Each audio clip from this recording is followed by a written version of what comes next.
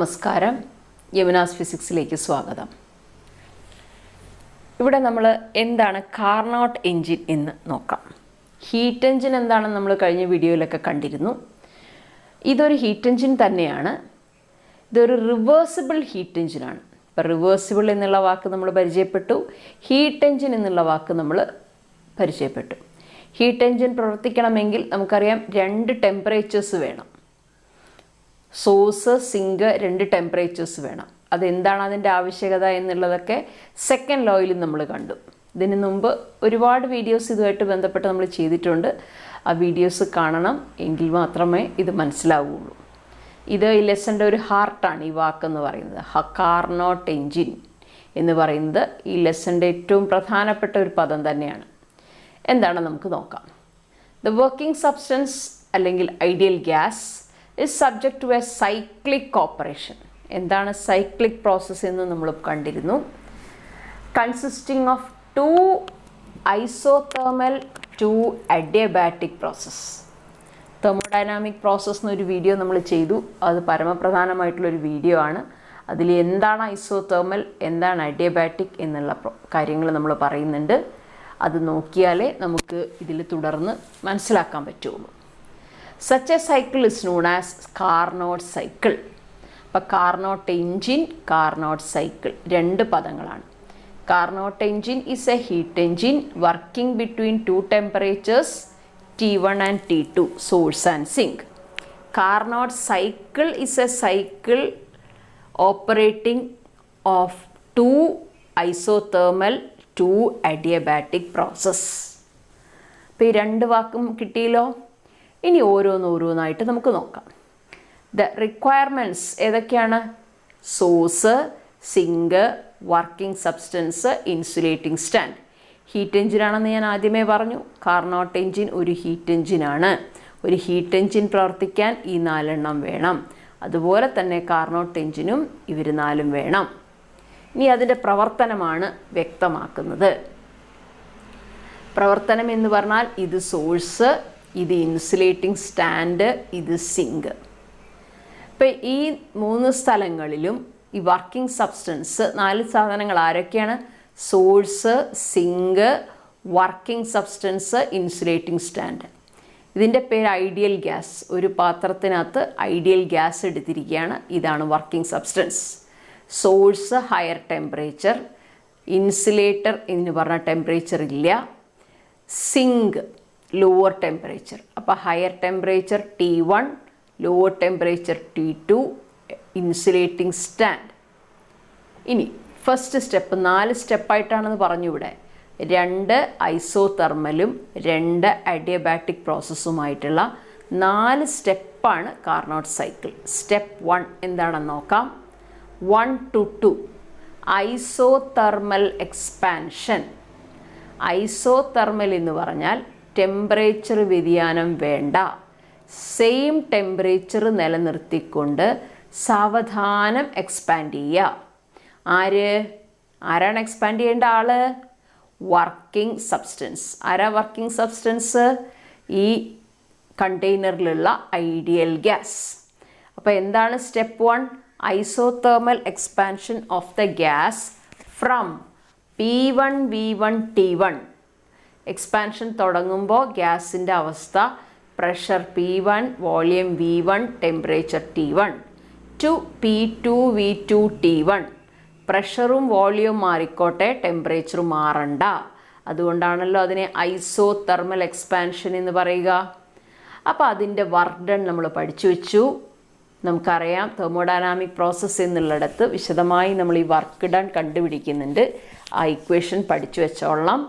W12 equal to Q1 equal to mu R T1. ഇവിടുത്തെ temperature T1 ആണ്. നമ്മൾ fix ചെയ്ത് വയ്ക്കുന്ന ടെമ്പറേച്ചർ T1 ആണ്. log V2 by V1. അതാണ് ഐസോതെർമൽ എക്സ്പാൻഷൻ്റെ അവസ്ഥ. സ്റ്റെപ്പ് 1 to സ്റ്റെപ്പ് 2 എന്ന് പറഞ്ഞാൽ നമുക്ക് ഈ ഐഡിയൽ ഗ്യാസ് ഇവിടെ മുകളിൽ കൊണ്ടുവയ്ക്കണം. കൊണ്ടുവച്ച് കഴിഞ്ഞാൽ P1 V1 T1 ഈ അവസ്ഥയിൽ നിന്ന് അത് ഐസോതെർമലി എക്സ്പാൻഡ് ചെയ്യും. സാവധാനം എക്സ്പാൻഡ് ചെയ്ത് P2V2 T1 ആവും. ഈ P2V2 T1 at the time the work done നമ്മൾ പഠിച്ചിരിക്കുന്നത് μR_T1 log V2/V1 എന്നുള്ളതാണ്. അതാണ് സ്റ്റെപ്പ് 1. ഫസ്റ്റ് സ്റ്റെപ്പ് ക്ലിയർ ആണല്ലോ.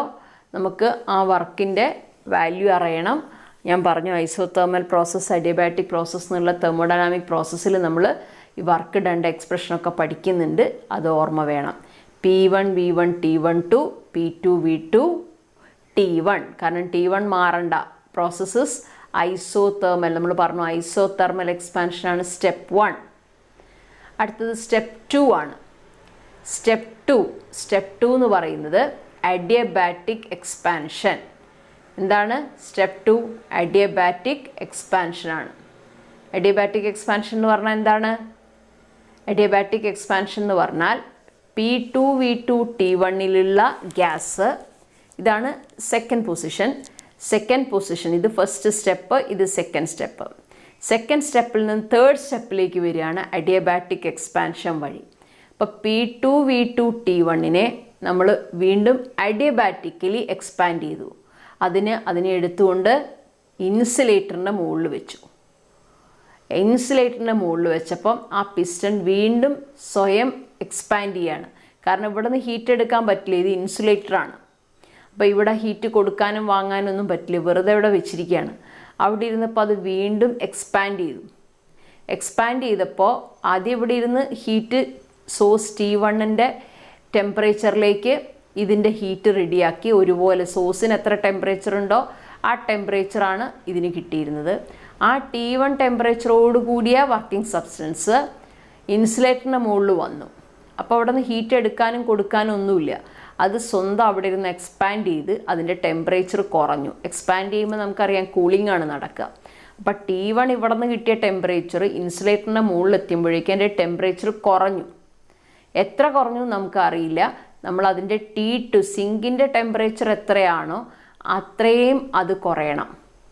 അപ്പോൾ അതാണ് P2V2 T1 ഇരുന്ന വർക്കിംഗ് സബ്സ്റ്റൻസ് ഇപ്പോൾ പ്രഷർ മാറി, വോളിയം മാറി, ടെമ്പറേച്ചർ T2 കുറഞ്ഞു. അപ്പോൾ ഇത് ഐസോതെർമൽ എക്സ്പാൻഷനെ കാണിക്കുന്നു, ഇത് അഡിയബാറ്റിക് എക്സ്പാൻഷനെ കാണിക്കുന്നു.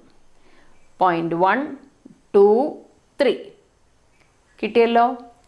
അടുത്തത് സ്റ്റെപ്പ് 3 ആണ്. Step 3 to 4. 3 to 4 എന്ന് പറഞ്ഞു കഴിഞ്ഞാൽ എന്താ സംഭവിക്കുക? Isothermal compression. എന്താണ് അതിൻ്റെ പേര്? Isothermal compression. ഐസോതെർമൽ കംപ്രഷൻ എന്ന് പറഞ്ഞാൽ എന്തായിരിക്കും സംഭവിക്കുക? ഗ്യാസിനെ നമ്മൾ സിങ്കിലേക്ക് കൊണ്ടുവച്ചു.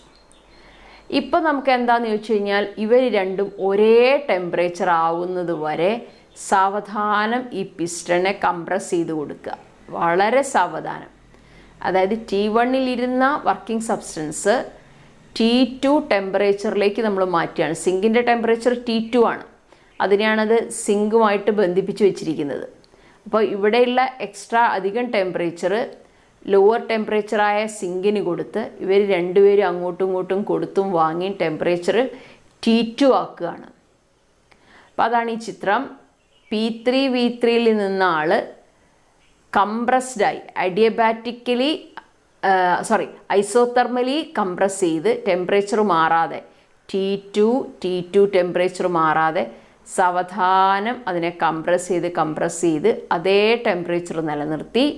അതേസമയം കംപ്രസ് ചെയ്തതുകൊണ്ട് നമുക്കറിയാം ഇവിടെ ഇതായിരുന്നു വോളിയം, ഇത്രയും വോളിയം ഉണ്ടായിരുന്നു. V3 എന്ന് പറയുന്ന വോളിയം ഇത്ര അധികം ഉണ്ടായിരുന്നു. V3 വോളിയം കുറഞ്ഞ് ദാ ഇവിടെ ഇപ്പോൾ ഇത്രയും വോളിയം ഉള്ളൂ. V4 ദാ ഇവിടെ വരെയുള്ളൂ വോളിയം. ഇതാണ് V4. ഇവിടെ മുതൽ ഇവിടം വരെയുള്ളൂ വോളിയം. ഇത് വോളിയമാണ്, ഇത് പ്രഷറാണ്. Y ആക്സിസ് പ്രഷറാണ്, X ആക്സിസ് വോളിയമാണ്. അപ്പോൾ അതിൻ്റെ വോളിയം നല്ലതുപോലെ V3 വോളിയം നല്ലതുപോലെ കുറഞ്ഞ് V4 ആയി. അതുകൊണ്ട് തന്നെ ഈ P3 എന്നുള്ള പ്രഷർ ഒരല്പം, P3 എന്നുള്ള പ്രഷർ ഇവിടെയാണെന്ന് വിചാരിക്കുക, P4 എന്നുള്ള പ്രഷർ ഇതാ ഒരല്പം കൂടുകയും ചെയ്തു. വോളിയം കുറഞ്ഞു, പ്രഷർ കൂടി. അറിയാമല്ലോ. അപ്പോൾ ഇവിടെ എത്തി. ഇതാണ് തേർഡ് സ്റ്റെപ്പ്. Step 3 to 4. ഇവിടുന്ന് ഇത് 3 ആണ് പോയിന്റ്. 3 നിന്ന് 4 എത്തി. Isothermal compression. അതുകൊണ്ട് ടെമ്പറേച്ചർ രണ്ടും മാറിയിട്ടില്ല. ലാസ്റ്റ്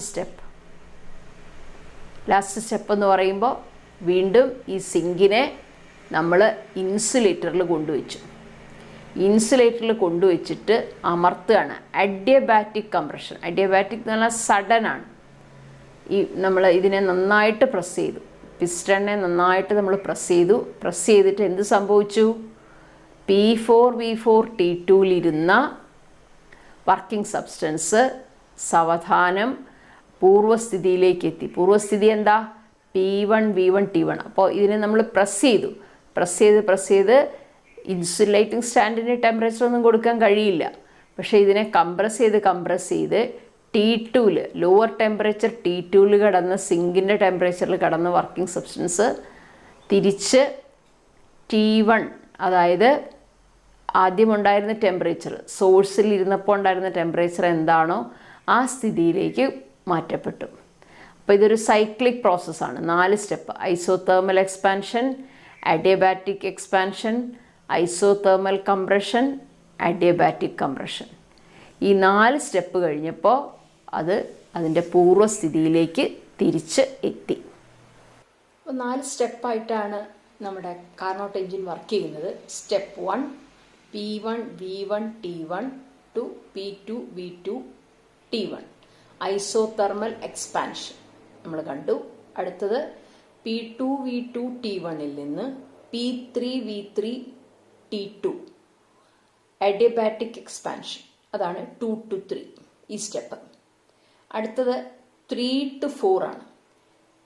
P3V3T2 സെയിം ടെമ്പറേച്ചറിൽ ഇവിടെ വരെ എത്തി. P4V4T2 isothermal compression. മടങ്ങി വരികയാണ്. ആരോ കണ്ടില്ലേ? Isothermal compression. Last step adiabatic compression. P4V4T2-ൽ നിന്ന് അഡിയബാറ്റിക്കലി കംപ്രസ് ചെയ്ത് പൂർവ്വസ്ഥിതിയിലെത്തി. P1V1T1. അപ്പോൾ ഈ ഫിഗർ PV ഡയഗ്രാം എന്നാണ് പറയുക. ഇതിന് പറയുന്ന പേര് PV ഡയഗ്രാം. പ്രഷർ Y ആക്സിസിൽ, വോളിയം X ആക്സിസിൽ, 2 ആക്സിസ് ഉപയോഗിച്ച് ഒരു ഡയഗ്രാം. അപ്പോൾ ഈ ഫുൾ ഡയഗ്രത്തിൻ്റെ ഏരിയ എന്ന് പറയുന്നതാണ് ടോട്ടൽ വർക്ക് ഡൺ. അപ്പം നമ്മളിതിന് ചെയ്യുന്നത് ഓരോന്നിൻ്റെ ഏരിയ കാണാൻ ഇപ്പം P1V1T1 എന്നുള്ള ഈ കോർണർ 1-ൽ നിന്ന് താഴേക്ക് പെർപെൻഡിക്കുലർ ആയിട്ടൊരു ലൈൻ വരയ്ക്കുക. അതിവിടെ വന്ന് മുട്ടി. അതുപോലെ തന്നെ P2V2T1-ൽ നിന്നും നേരെ താഴേക്ക് ഒരു ലൈൻ വരയ്ക്കുക. അതിവിടെ വന്ന് മുട്ടി. അപ്പോൾ ആ ഒരു ഏരിയ മാത്രമാണ് W1. W1 എന്ന് പറയുന്നത് ഐസോതെർമൽ എക്സ്പാൻഷൻ്റെ വർക്ക്. അതേമാതിരി W2 കിട്ടാൻ P2V2T1-ൽ നിന്ന് നേരെ താഴേക്ക് ഒരു ലൈൻ. അതുപോലെ P3V3T2-ൽ നിന്ന് നേരെ താഴേക്ക്. അപ്പോൾ എത്ര വരും? ഇവിടെ ഇങ്ങനെ ഒരു ലൈൻ ഇവിടെ വരച്ചു, ഇവിടെ ഇങ്ങനെ ഒരു ലൈൻ ഇങ്ങനെ വരച്ചു. അപ്പോൾ ഇതിൻ്റെ ഇടയിൽ ഒരു ഇത്ര ഏരിയ മാത്രം, ഈ കാണുന്ന ഏരിയ, അതായത് ഇങ്ങനെ വേണമെങ്കിൽ പോരാ, ഇങ്ങനെ വന്നു, ഇങ്ങനെ വന്നു, ഇങ്ങനെ വന്നു, ഇത് ഇങ്ങനെ വന്നു, തിരിച്ചിങ്ങനെ വന്ന്, ഇത് ഇങ്ങനെ വന്ന്, എൻ്റെ ഈ പോയിന്ററിൻ്റെ കൂടെ നടക്കാം. അത്രയും ഏരിയയാണ് W2. ഐസോ തെർമൽ എക്സ്പാൻഷൻ കഴിഞ്ഞു. W1 അഡിയബാറ്റിക് എക്സ്പാൻഷൻ്റെ വർക്ക്. ഇനി തേർഡ് ഏരിയ എന്ന് പറയുന്നത് ഇവിടെ നിന്നാണ്. ഇങ്ങനെ തുടങ്ങി, ഇങ്ങനെ തുടങ്ങി, ഇങ്ങനെ വന്ന്, ഇതുപോലെ വന്ന് ഇവിടെ എത്തുന്നതാണ് W3 ഐസോതെർമൽ കംപ്രഷൻ്റെ ഏരിയ. ഒന്നും കൂടെ കാണിക്കാം. പോയിന്റ് 3-ൽ നിന്ന് തുടങ്ങി 4-ലെത്തി X ആക്സിസുമായിട്ട് ചേർന്ന് വരുന്ന ഈ ഏരിയ. ഇത് W3 കിട്ടിയല്ലോ. ഇനി ലാസ്റ്റ് വൺ W4. W4 എന്ന് പറഞ്ഞാൽ ഇവിടെ നിന്ന് തുടങ്ങി ടോപ്പിലെത്തി നേരെ വെർട്ടിക്കലി താഴെ വന്നു, X ആക്സിസിൽ കൂടെ വന്ന് വീണ്ടും പോയിന്റ് 3-ലെത്തി. അപ്പോൾ പോയിന്റ് 3, പോയിന്റ് 4 ടു X ആക്സിസിൽ കൂടെ തിരിച്ച് 3-ൽ. ഇതാണ് W4 എന്ന് പറയുന്നത്. അപ്പോൾ W1 എന്ന് പറഞ്ഞാൽ ഞാൻ പറഞ്ഞു ഇവിടെ മുതൽ ഇത്രയും ഏരിയ ഉണ്ട്. അതുപോലെ W2 എന്ന് പറഞ്ഞാൽ ഇവിടെ മുതൽ ഇത്രയും ഏരിയ വരുന്നുണ്ട്. പക്ഷേ W3 ആൻഡ് W4 എന്ന് പറയുന്നത് ഈ ഗ്രാഫ് എൻക്ലോസ് ചെയ്യുന്ന ഈ ലൈനിനും എക്സ് ആക്സിസിനും ഇടയിലുള്ള ഏരിയ ആണ്. എല്ലായിടത്തും അത് തന്നെയാണ്. ഈ ഗ്രാഫും എക്സ് ആക്സിസിനും ഇടയിൽ, ഈ ഗ്രാഫും എക്സ് ആക്സിസിനും ഇടയിൽ, അങ്ങനെ ഓരോന്നും. അപ്പൊ നമുക്ക് ടോട്ടൽ ഈ ഏരിയയുടെ, ഈ ലൂപ്പിന്റെ ഏരിയ ആണ് വർക്ക് ഡൺ. അപ്പൊ അത് കിട്ടണം എന്ത് ചെയ്യണം? W1 plus W2. അത് വരുമ്പോ എത്ര വരും എന്ന് നോക്കിയേ. W1 പ്ലസ് W2 എന്ന് പറയുമ്പോൾ എത്ര വരും എന്ന് നോക്കിയേ. 1 2 3 എക്സ് ആക്സിസ് ഇങ്ങനെ പോയി പോയി പോയി പോയി തിരിച്ച് 1. ഇത്ര ഏരിയയാണ് W1 പ്ലസ് W2 എന്ന് പറയുന്നത്. അതിൽ നിന്ന് ഞാൻ ഈ പറയുന്ന ഏരിയ കുറയ്ക്കുക. ഏതാണ് ഇത്? 1. ഇതേതാണ്? 4 3 എക്സ് ആക്സിസ് ഇങ്ങനെ വന്ന് തിരിച്ച് 1-ലെത്തുക. അത്ര ഏരിയ നമ്മൾ ഒഴിവാക്കിയാൽ നമുക്ക് ആരെ കിട്ടും? ഈ ലൂപ്പിന്റെ ഏരിയ കിട്ടും. ഇതിന്റെ ഉള്ളിലുള്ള ഈ ഏരിയ, അതായത് 1 2 3 4 1, ഈ ലൂപ്പിന്റെ ഉള്ളിലുള്ള ഏരിയ. ഈ ലൂപ്പിന്റെ ഉള്ളിലുള്ള ഏരിയ ആണ് വർക്ക് ഡൺ. അപ്പൊ നമ്മൾ എന്ത് ചെയ്യും? W1 എഴുതും, W2 എഴുതും, ആഡ് ചെയ്യും. അതിൽ നിന്ന് W3യും W4ഉം കുറയ്ക്കും. ഇതാണ് W4ന്റെ ഏരിയ, ഇതാണ് W3ന്റെ ഏരിയ. അത് കുറച്ചു കഴിഞ്ഞാൽ ഈ ലൂപ്പിന്റെ ഏരിയ കിട്ടും. അങ്ങനെയാണ് നമ്മൾ വർക്ക് ഡൺ കാണാൻ പോകുന്നത്. ആ ഒരു ലോജിക്ക് നമ്മുടെ മനസ്സിലുണ്ടെങ്കിൽ നമുക്ക് ഈ സ്റ്റെപ്സ് ഭാരമാവില്ല. അപ്പൊ നമുക്ക് ഓരോരോ വർക്ക് ഡൺ ഒന്ന് എഴുതാം. ഇത് നമ്മൾ ഐസോതെർമൽ പ്രോസസ്സിൽ നമ്മൾ പഠിക്കുന്നുണ്ട്. അതാണ് ഇവിടെ എഴുതിയിരിക്കുന്നത്. Total work done by gas in 1 complete cycle. ഇത് 1 കംപ്ലീറ്റ് സൈക്കിൾ ആണല്ലോ. 1 2 2 3 3 4 4 1 കംപ്ലീറ്റ് ആയില്ലേ? So the answer is W1 2 2 3 minus 3 4 minus 4 1. ഈ വാല്യൂസ് എഴുതി കഴിഞ്ഞാൽ എളുപ്പമായ പണി. ഇത് W12ന്റെ വാല്യൂ. ഐസോതെർമൽ ആണ്. ഐസോതെർമലിന്റെ ഇക്വേഷൻ ഇങ്ങനെയാണ് വരിക. μRT ഏതാണോ ആ ടെമ്പറേച്ചർ T1, കാരണം ഈ ഐസോതെർമൽ ഇവിടെ ടെമ്പറേച്ചർ T1ഉം T1ഉം അല്ലേ. അപ്പൊ ഈ ലൈനിന്റെ ഇക്വേഷൻ ആണ്. ഈ ലൈൻ കിട്ടിയത് ഈ ഇക്വേഷൻ ഉപയോഗിച്ചിട്ടാണ്. അപ്പോൾ ഇവിടെയുള്ള final temperature V2, initial temperature V1, T1 constant temperature, μRT1 log V2 by V1. ഇനി നമുക്ക് ഇതിന്റെ ഡെറിവേഷൻ അറിയില്ലെങ്കിൽ പോലും ഇക്വേഷൻ ഓർത്തു വെക്കാനായിട്ട് ശ്രമിക്കുക. അതുപോലെ തന്നെ അഡിയബാറ്റിക്കിന്റെ ഇക്വേഷൻ ആണ് ഇത്. അഡിയബാറ്റിക് എന്ന് പറയുന്നത് line ഓർത്തോളം P2 V2 T1 P3 V3 T2. അപ്പൊ ഇവിടത്തെ ടെമ്പറേച്ചർ ശ്രദ്ധിക്കുക, T1 മൈനസ് T2. തുടങ്ങിയത് T1, തീർന്നത് T2. ഇവിടെ അതേപോലെ തുടങ്ങിയത് V1, തീർന്നത് V2. ഇവിടെ നമുക്ക് V1 V2 എന്നുള്ളത് മാത്രമേ ഉപയോഗിച്ചിട്ടുള്ളൂ. ഇവിടെ നമ്മൾ T1 T2 എന്നുള്ളതാണ് ഉപയോഗിക്കുന്നത്. അപ്പൊ തുടങ്ങിയപ്പോൾ T1, തീർന്നപ്പോ T2. ഇത് രണ്ടും എക്സ്പാൻഷൻ ആണ്, മറക്കരുത്. ഇതും എക്സ്പാൻഷൻ ആണ്, ഇതും എക്സ്പാൻഷൻ. അപ്പൊ ഈ രണ്ട് ഇക്വേഷൻ എക്സ്പാൻഷന്റേതാണ്, ഈ രണ്ട് ഇക്വേഷൻ കംപ്രഷന്റേതാണ്. അപ്പോൾ എക്സ്പാൻഷൻ ക്ലിയർ ആയല്ലോ. V2 V1, ഇവിടുത്തെ ടെമ്പറേച്ചർ T1 T2. ബാക്കി കോൺസ്റ്റൻസ് ആണ് കേട്ടോ. μR gamma minus 1. ഗാമ എന്ന് പറഞ്ഞ ടേം നമുക്കറിയാം, ratio of the specific heat, CP/CV പറയുന്ന പേരാണ് ഗാമ. അപ്പൊ ഇത് രണ്ടും ആഡ് ചെയ്തു, കാരണം ഇത് രണ്ടും ആഡ് ചെയ്യണം. ഇനിയുള്ളത് സബ്ട്രാക്ട് ആണ് ചെയ്യേണ്ടത്. 3 4ഉം 4 1ഉം സബ്ട്രാക്ട് ചെയ്യണം. അപ്പൊ 3 4 നമ്മൾ ഇതുപോലെ ആലോചിച്ച് എഴുതിയാൽ മതി. ഈ ഇക്വേഷൻ ഇത് രണ്ടും നമുക്ക് അറിയാമെങ്കിൽ ഇത് നമുക്ക് എഴുതാൻ പറ്റും. അപ്പൊ ഇതേപോലെ ആലോചിച്ച് എഴുതാം. μRT/ln. അവിടെ ഏതാ വരിക? μRTയുടെ സ്ഥാനത്ത് T2, കാരണം ഇതാണ് നമ്മുടെ graph. P3 V3 T2 P4 V4 T2. അതിൽ നമ്മൾ V2 മാത്രമേ ആവശ്യമുള്ളൂ. ഈ വിയുടെ സഫിക്സ് മാത്രമേ ആവശ്യമുള്ളൂ. അപ്പൊ V2 ബൈ V1 എന്ന് എഴുതുന്നത് പോലെ ഏതാ V2? ഇതല്ലേ V2, ഇതല്ലേ V1. അപ്പൊ അതിന്റെ അർത്ഥം V2 ബൈ V1 എന്ന് എഴുതിയത് ഇവിടെ എക്സ്പാൻഷൻ ആണ്. എക്സ്പാൻഷൻ എന്ന് പറഞ്ഞാൽ എന്താ? കൂടുതൽ വോളിയം, കുറച്ച് വോളിയം. ഇത് കംപ്രഷൻ ആണ്. ഈ സംഭവം കംപ്രഷൻ ആണ്. അപ്പൊ ഇവിടെ കൂടുതൽ വോളിയം ഏതാ? V3. കുറഞ്ഞ വോളിയം ഏതാ? V4. അപ്പൊ മുകളിൽ ഇവിടെ വരുന്നത് കൂടിയ വോളിയം ബൈ കുറഞ്ഞ വോളിയം എന്നാണ്. അപ്പൊ അതേമാതിരി ഇവിടെ എഴുതുമ്പോ എന്ത് വരും? കൂടിയ വോളിയം V3, കുറഞ്ഞ വോളിയം V4. അപ്പൊ V2/V1 തത്തുല്യമായിട്ട് ഇവിടെ വരുന്ന വോളിയംസ് എന്താണ്? V3/V4 ആണ്. കാരണം V3 ആണ് കൂടുതൽ വോളിയം, V4 കുറഞ്ഞ വോളിയാണ്. കംപ്രഷൻ അല്ലേ? ഞാൻ പറഞ്ഞു കംപ്രഷൻ ആണിത്. ഇതെന്താണ്? എക്സ്പാൻഷൻ ആണ്. അപ്പൊ ഇത് കുറഞ്ഞ വോളിയം, ഇത് കൂടിയ വോളിയം. കണ്ടാൽ അറിയാലോ, ഈ പോയിന്റ്സ് നോക്കൂ. ഇവിടെ ഇത്രയേ ഉള്ളൂ V1 എന്ന് പറയുന്നത്. ഇതാണ് V1. V2 എന്ന് പറയുന്നത് എത്രയുണ്ട്? ഇവിടെ വരെ ഉണ്ട് V2. അതുപോലെ തന്നെ V3 നോക്കൂ. V3 ഇത്രയും വോളിയം ഉണ്ട്. V4 അവിടെ എത്ര വോളിയമേ ഉള്ളൂ. അപ്പൊ ഇവിടെ ആരാ വലുത്? V3 അല്ലേ വലുത്. അപ്പൊ V3/V4. T2 എന്ന് പറയുന്നത് എന്തുകൊണ്ടാണ്? ഈ ലൈനിന്റെ ടെമ്പറേച്ചർ എന്താണ്? T2. ഐസോതെർമൽ ടെമ്പറേച്ചർ മാറില്ല. ഈ ലൈനിന്റെ ടെമ്പറേച്ചർ എന്താണ്? T1. ടെമ്പറേച്ചർ മാറില്ല. ഇനി അടുത്ത ലാസ്റ്റ് വൺ ഇയാളാണ്. ഇവിടെ എന്താ ടെമ്പറേച്ചർ? നോക്കുക, ഇവിടുത്തെ ടെമ്പറേച്ചർ മാത്രം നോക്കിയാൽ മതി. ഇവിടുത്തതാണെങ്കിൽ വോളിയം നോക്കിയാൽ മതി. ഇവിടുത്തെ ടെമ്പറേച്ചറിന്റെ അവസ്ഥ നോക്കൂ. ഇക്വേഷൻ അത് തന്നെയാണ്. μR Γ-1 T1 - T2. T1 എന്താ? കൂടിയ ടെമ്പറേച്ചർ. T2 എന്താ? കുറഞ്ഞ ടെമ്പറേച്ചർ. ശരിയല്ലേ? ഇവിടെ നോക്കൂ, ഇവിടെ എന്താ അവസ്ഥ? T2 lower temperature, T1 higher temperature.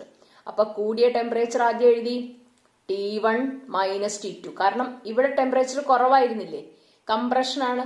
T2ൽ നിന്ന് ടെമ്പറേച്ചർ കൂടി കൂടി T1ലേക്ക് എത്തുക ചെയ്തത്. അപ്പൊ ഇത് ഹയർ ടെമ്പറേച്ചർ, ലോവർ ടെമ്പറേച്ചർ. അതേപോലെ തന്നെ ഇവിടെയും ഹയർ ടെമ്പറേച്ചർ, ലോവർ ടെമ്പറേച്ചർ. കാരണം കംപ്രഷൻ ആണ്. Higher temperature minus lower temperature divided by Γ-1 എന്നാണ് ഇവിടെ എഴുതിയിരിക്കുന്നത്. അതേ വിധത്തിൽ തന്നെയാണ് ഇവിടെ എഴുതേണ്ടത്. ഇവിടെ അതുപോലെ തന്നെ എഴുതിയിരിക്കുന്നത്. നമ്മൾ കംപ്രഷൻ ആണ് ചെയ്തത്. നമ്മൾ ചെയ്തത് V3യിൽ നിന്ന് V4ലേക്ക് കൊണ്ടുപോവാണ് ചെയ്തത്. അപ്പൊ വോളിയം റെഡ്യൂസ് ചെയ്യുക ചെയ്തത്. പക്ഷെ നമ്മൾ ഈ ഇക്വേഷൻസ് ഡിറൈവ് ചെയ്തിട്ടുള്ളത് എക്സ്പാൻഷന്റെ ആണ്. അപ്പൊ ഈ കംപ്രഷനെ നമ്മൾ എക്സ്പാൻഷൻ രൂപത്തിൽ മാറ്റി എഴുതിയിരിക്കുകയാണ് ഇത് രണ്ടും. ക്ലിയർ? ഇത് രണ്ടും പഠിച്ചാൽ ഇത് ഫ്രീ ആണ്. ക്ലിയർ ആണ്? ഇനി ഞാൻ പറഞ്ഞു മൈനസ് ഞാൻ എന്തിനാ ചെയ്യുന്നത്? ഞാൻ നേരത്തെ പറഞ്ഞു. എന്തിനാ മൈനസ് ചെയ്യുന്നത്? ഇവരുടെ രണ്ടുപേരുടെയും ഏരിയ കൂട്ടി ഇവരുടെ രണ്ടുപേരുടെ ഏരിയ കുറയ്ക്കുമ്പോഴാണ് നമുക്ക് നെറ്റ് വോളിയം കിട്ടുക. സോറി, നെറ്റ് ഏരിയ കിട്ടുക. വോളിയം അല്ല, ഏരിയ കിട്ടുക. ഓക്കെ. അപ്പൊ ഇനിയും ബാക്കി സ്റ്റെപ്സ് എളുപ്പമായി. ഇതിൽ നോക്കൂ, ഈ ടേമും ഇതൊരു വെട്ടി, ഇതൊരു വെട്ടി. എന്തുകൊണ്ടാണ്? ഇത് മൈനസ്, ഇത് പ്ലസ്. ഒരേ വാല്യൂ +x -x വെട്ടിപ്പോയി. ബാക്കി ഈ രണ്ട് ടേംസേ ഉള്ളൂ. ഏതൊക്കെയാണ്? ഐസോതെർമൽ എക്സ്പാൻഷന്റെയും ഐസോതെർമൽ കംപ്രഷന്റെയും. ഏതൊക്കെയാ വെട്ടിപ്പോയത്? ഈ സൈഡും വെട്ടിപ്പോയി, ഈ സൈഡും വെട്ടിപ്പോയി. ഏതൊക്കെയാ ഉള്ളത്? ടിക്ക് അടിക്കുന്ന ഏതൊക്കെയാ? Isothermal expansion, isothermal compression. അത് രണ്ടും കൂടെ ചേർത്ത് എഴുതി വെച്ചു. അതിന് ഇക്വേഷൻ എ എന്ന് പേര് കൊടുത്തു. Since the points A lie on the same adiabatic. എന്താണ് അഡിയബാറ്റിക് എന്ന് പറഞ്ഞാൽ? ഏതാണ്? ഇതൊരു ഐസോതെർമൽ, ഇതൊരു ഐസോതെർമൽ. ഇതൊരു അഡിയബാറ്റിക്, ഇതൊരു അഡിയബാറ്റിക്. ഇവിടെ സിൻസ് ദ പോയിന്റ് എ എന്ന് പറഞ്ഞിട്ട് എ എന്നുള്ളത് അവർ മാർക്ക് ചെയ്തിട്ടില്ല. അവരുദ്ദേശിച്ചിട്ടുള്ളത് ഇവിടെ എ, ബി, സി, ഡി എന്ന് എഴുതണം. എന്നാലേ അത് പൂർണ്ണമാവുള്ളൂ. പക്ഷെ അത് എഴുതിയിട്ടില്ല. അപ്പൊ നമ്മൾ അസ്യൂം ചെയ്യാം ഇത് എ ആണ്, ഇത് ബി ആണ്, ഇത് സി ആണ്, ഇത് ഡി ആണ്. അപ്പൊ എ എന്നുള്ളത് സെയിം അഡിയബാറ്റിക്കിൽ എന്നാ പറഞ്ഞത്. ഏതാ എ? ഇതാണ് ഒരു അഡിയബാറ്റിക്കിന്റെ എൻഡ്, ഇതാണ് അടുത്ത അഡിയബാറ്റിക്കിന്റെ എൻഡ്. അതുപോലെ ഇത് മറ്റൊരു അഡിയബാറ്റിക്, ഇത് മറ്റൊരു അഡിയബാറ്റിക്. അപ്പൊ എ എന്ന് പറയുന്ന പോയിന്റ് ഈ അഡിയബാറ്റിക് കർവിന്റെ ഇതൊരു അഡിയബാറ്റിക് കർവാണ്. ഈ അഡിയബാറ്റിക് കർവിന്റെ ഒരു തല P1 V1 T1ഉം മറ്റേ തല P4 V4 T2 ആണ്. അതിനാൽ അഡിയബാറ്റിക്കിന്റെ ഒരു ഇക്വേഷൻ ആണ് Tv⁻Γ-1 ഈസ് എ കോൺസ്റ്റന്റ്. ഇതിവിടെ അടിയിലാണ് എഴുതിയിരിക്കുന്നത്. ഒരു ചെറിയ തെറ്റുണ്ട്. Tv⁻Γ-1 ഇത് മുകളിലാണ് പോകേണ്ടത്. Tv⁻Γ-1 ഇത് പവർ ആണ്, ഇൻഡു അല്ല കേട്ടോ. ഇതിൽ എഴുതിയിരിക്കുന്ന ഇൻഡു ആണ്. ഇത് Tv⁻Γ-1 equal to T2 V4⁻Γ-1. കാരണം ഈ രണ്ട് പോയിന്റ്സിലും അഡിയബാറ്റിക് ഇക്വേഷൻ ഉപയോഗിക്കുകയാണ്. ഇവിടെ ഉപയോഗിക്കുമ്പോൾ T1ഉം V1ഉം ഉപയോഗിക്കുക, ഇവിടെ ഉപയോഗിക്കുമ്പോൾ T2ഉം V4ഉം ഉപയോഗിക്കുക. കാരണം ഈ അഡിയബാറ്റിക് കർവിലെ ഒരേ സ്ഥലമാണ് ഈ പോയിന്റ്, ഈ പോയിന്റും ഈ പോയിന്റും. ഇപ്പൊ എയും പറയും എ ബി സി ഡി എന്ന് ഞാൻ പറഞ്ഞു. എയും ഡിക്കും ആണ്. ഇത് എക്കുള്ള ഇക്വേഷനാണ് ഈ എഴുതിയിട്ടുള്ളത്, ഡിക്കുള്ള ഇക്വേഷനാണ് ഇത് എഴുതിയിട്ടുള്ളത്. ക്ലിയർ? എഴുതിയെടുത്ത് പശകാണ്. അപ്പൊ ഇതൊന്ന് റീഅറേഞ്ച് ചെയ്തു എന്ന് മാത്രം. T1 ഇങ്ങോട്ടേക്ക് കൊണ്ടുവന്നു, T2/T1 എന്നാക്കി, V4നെ അങ്ങോട്ട് കൊടുത്തു, അപ്പൊ V1/V4 എന്നാക്കി. ഇതും ഇൻറ്റു എന്ന് എഴുതിയിരിക്കുന്നത് ഇൻറ്റു അല്ല, പവർ Γ-1 എന്നാണ് വരിക. അപ്പൊ അത് ഇക്വേഷൻ ബി ആയി. അതേപോലെ കണ്ടില്ലേ, ഇവിടെ ഒരെണ്ണം വിട്ടുപോയി. A and D lie on the same adiabatic എന്ന് വരണം, അതിവിടെ വിട്ടിട്ടുണ്ട്. അതുപോലെ തന്നെ B and C same adiabatic. ഏതാ ബിയും സിയും? ഇത് ബി ആണ്, ഇത് സി ആണ്. അപ്പൊ ബിക്കും സിക്കും ചേർത്ത് ഇതുപോലെ ഒരു ഇക്വേഷൻ എഴുതണം. എഴുതി നോക്കാം. ബിക്കും സിക്കും, ബി എന്ന് പറഞ്ഞാൽ ഇതാണ് പോയിന്റ്, സി എന്ന് പറഞ്ഞാൽ ഇതാണ് പോയിന്റ്. അപ്പൊ ആ പോയിന്റ്സ് എഴുതിയാൽ എങ്ങനെ വരും? ഇത് T1 V2 raised to Γ-1. ഇവിടെ എഴുതുമ്പോ T2 V3 raised to Γ-1. Raised ആണ്, ഇൻറ്റു അല്ല. 2-3 മിസ്റ്റേക്സ് ഇവിടെ ഉണ്ട്, അത് ഞാൻ കറക്റ്റ് ചെയ്തു, ശ്രദ്ധിക്കണം. ഇവിടെ ഞാൻ പറഞ്ഞു പോയിന്റ്സ് എ ആൻഡ് ഡി എന്ന് വേണം, ഇതിൽ ഡി മിസ്സിംഗ് ആണ്. തിരിച്ച് ഇവിടെ Γ-1 എന്ന് വേണം, അത് ഇൻറ്റു എന്നാണ് എഴുതിയിരിക്കുന്നത്. ഇവിടെയും അതേ മിസ്റ്റേക്സ് ഉണ്ട്, ഇൻറ്റു Γ-1 അല്ല, പവർ Γ-1. അപ്പൊ ബിയും സിയും, ഏതാ ബി? ഇത് ബി, ഇത് സി. ആലോചിച്ചോളൂ, എ ബി സി ഡി, അതും അവർ മാർക്ക് ചെയ്തിട്ടില്ല. ഇവിടെ ഇത് വോള്യമാണ്, ഇത് പ്രഷറാണ്, അതും മാർക്ക് ചെയ്തിട്ടില്ല. ഓക്കെ, അപ്പോ വീണ്ടും നമുക്ക് ഈ രണ്ട് ഇക്വേഷന് T2/T1 എന്ന് കിട്ടി. ഇവിടെയും T2/T1, അത് T2 ഇവിടെ നിലനിർത്തി, T1 ഇങ്ങോട്ട് കൊണ്ടുവന്നു, ഇത് അങ്ങോട്ടേക്കും കൊണ്ടുപോയി. അപ്പൊ നോക്കൂ, ബിയുടെയും സിയുടെയും LHS സെയിം ആണ്. അങ്ങനെയാണെങ്കിൽ RHS സെയിം ആവണ്ടേ? RHS എന്താ? V1/V4 power Γ-1 equal to V2/V3 power Γ-1 ആവണ്ടേ? നോക്കാം. ഇപ്പൊ ഒറ്റ സ്റ്റെപ്പിൽ ആൻസർ വരാൻ പോവാണ്. അപ്പൊ നമുക്ക് എന്ത് പറ്റും? Γ-1 ഇങ്ങനത്തെ ഇക്വേഷൻ കണ്ടോ, ഇത് രണ്ടിനും ഇക്വേഷൻ സെയിം ആണ്. അപ്പൊ ഞാൻ ചോദിക്കട്ടെ, x² ഈക്വൽ ടു y² ആണെങ്കിൽ x ഈക്വൽ ടു y എന്ന് എഴുതാലോ. x² ഈക്വൽ ടു y², കാരണം ഇതിന്റെ രണ്ടിന്റെയും പവർ സെയിം അല്ലേ. അങ്ങനെയാണ് x ഈക്വൽ ടു y എന്ന് എഴുതാം. അപ്പൊ നമുക്ക് എന്ത് കിട്ടും? V2/V1 സമം V3/V4. അപ്പൊ നമുക്ക് വർക്ക് എങ്ങനെ കിട്ടും? വർക്ക് എന്ത് കിട്ടും? വർക്കിലെ രണ്ട് ടേംസും സെയിം ആണെന്ന് മനസ്സിലായില്ലേ? നമ്മൾ വർക്കിന് നമുക്ക് രണ്ട് ടേംസ് ക്യാൻസൽ ആയിപ്പോയി. നമ്മൾ പറഞ്ഞു രണ്ട് ടേംസ് നിലനിൽക്കുന്നുണ്ട്. ആ രണ്ട് ടേംസിന്റെ ബ്രാക്കറ്റഡ് ലോഗ് V2/V1 എന്നുള്ളത് തന്നെ ലോഗ് V3/V4 എന്ന് എഴുതാം. അപ്പൊ എഫിഷ്യൻസി കാണാൻ എളുപ്പമായി. എഫിഷ്യൻസി എങ്ങനെ കാണാം? Heat converted into work by heat absorb. ഇത് നമ്മൾ ഹീറ്റ് എഞ്ചിന്റെ എഫിഷ്യൻസി പഠിച്ചതാണ്. Q1 minus Q2/Q1. അപ്പൊ ഇതാണ് നമ്മുടെ ഇക്വേഷൻസ്. Q1 എന്നുള്ളത് W1, Q2 എന്നുള്ളത് W2, W2 അല്ല, W4 ആണ്. അപ്പൊ W1 ഇതാണ് W1. ഇവിടെ നോക്കിയാൽ മനസ്സിലാവും, ഇത് W1, അതാണ് എഴുതിയിരിക്കുന്നത്. അതായത് ഹീറ്റ് എടുത്തത് ഈ സ്റ്റെപ്പിലാണ്, ഹീറ്റ് കൊടുത്തത് ഈ സ്റ്റെപ്പിലാണ്. ഇതാണ് ഐസോതേർമൽ എക്സ്പാൻഷൻ, ഇതാണ് ഐസോതേർമൽ കംപ്രഷൻ. അപ്പോ ഇവിടെ ഐസോതേർമൽ എക്സ്പാൻഷന്റെ ഇക്വേഷൻ ഇത്. Q1 ഹീറ്റ് അബ്സോർബ് ചെയ്തു, ഇത് Q2 സിങ്കിലേക്ക് റിജക്ട് ചെയ്തു. അപ്പൊ Q1 minus Q2 divided by Q1. ഇതില് V2/V1 V3/V4 സമാനമാണെന്നാണ് നമ്മൾ പറഞ്ഞത്. ഇതാണ് V3/V4. പക്ഷെ V3/V4നെ നമ്മൾ V2/V1 എന്ന് എഴുതി. എന്തുകൊണ്ടാണ്? ഈ കാരണത്താൽ. അപ്പൊ നമുക്ക് ഇതിൽ നോക്കൂ, ഇതിലെല്ലാം നമുക്ക് ക്യാൻസൽ ചെയ്ത് കളയാൻ പറ്റും. ഈ T1 T2 അല്ലാത്ത എല്ലാം കോമൺ ആണ്. ഇവിടെ R ln V2/V1 മുകളിൽ കോമൺ ആണ്, അടിയിലും R ln V2/V1 കോമൺ ആണ്. കട്ട് ചെയ്ത് കഴിയുമ്പോൾ നമുക്ക് എത്ര കിട്ടും? ഇവിടെ T1 ഉണ്ട്, ഇവിടെ T2 ഉണ്ട്, ഇവിടെ T1 ഉണ്ട്. So what is answer? T1 minus T2/T1. നോക്കൂ എഫിഷ്യൻസി. ഇതിനെ വീണ്ടും നമ്മൾ രണ്ട് ടേമിനെയും T1 കൊണ്ട് ഹരിച്ച T1/T1 മൈനസ് T2/T1. T1/T1 1 ആണ്, T2/T1 അങ്ങനെ തന്നെ നിലനിർത്തി. So what is the equation? Efficiency equal to 1 minus T2/T1. ഇതൊരു അരമണിക്കൂർ എടുത്ത് ഇത്തിരി ഡീറ്റെയിൽഡ് ആയിട്ട് പറഞ്ഞിട്ടുണ്ട്. കാരണം ഇത് ഈ ലെസന്റെ ഏറ്റവും പരമപ്രധാനപ്പെട്ട ഇക്വേഷനുമാണ്. ഒരു 5 മാർക്സ് എസ്സേ ആണ്. ഉറപ്പായിട്ടുള്ള ഒരു പാർട്ടാണ്. കാർനോട്സ് ഇഞ്ചി വളരെ പ്രധാനപ്പെട്ട ഒരു ഏരിയയാണ്. അതുകൊണ്ട് ഒരല്പം നമ്മൾ ഡീറ്റെയിൽഡ് ആയിട്ട് പറഞ്ഞു. എത്രത്തോളം മനസ്സിലായി എന്ന് എനിക്കറിയില്ല. എന്തെങ്കിലും ഡൗട്ട്സ് ഉണ്ടെങ്കിൽ നിങ്ങൾ കമൻറ്റ് ബോക്സിൽ കുറിക്കുക. തീർച്ചയായിട്ടും റിപ്ലൈ ചെയ്യുന്നതായിരിക്കും.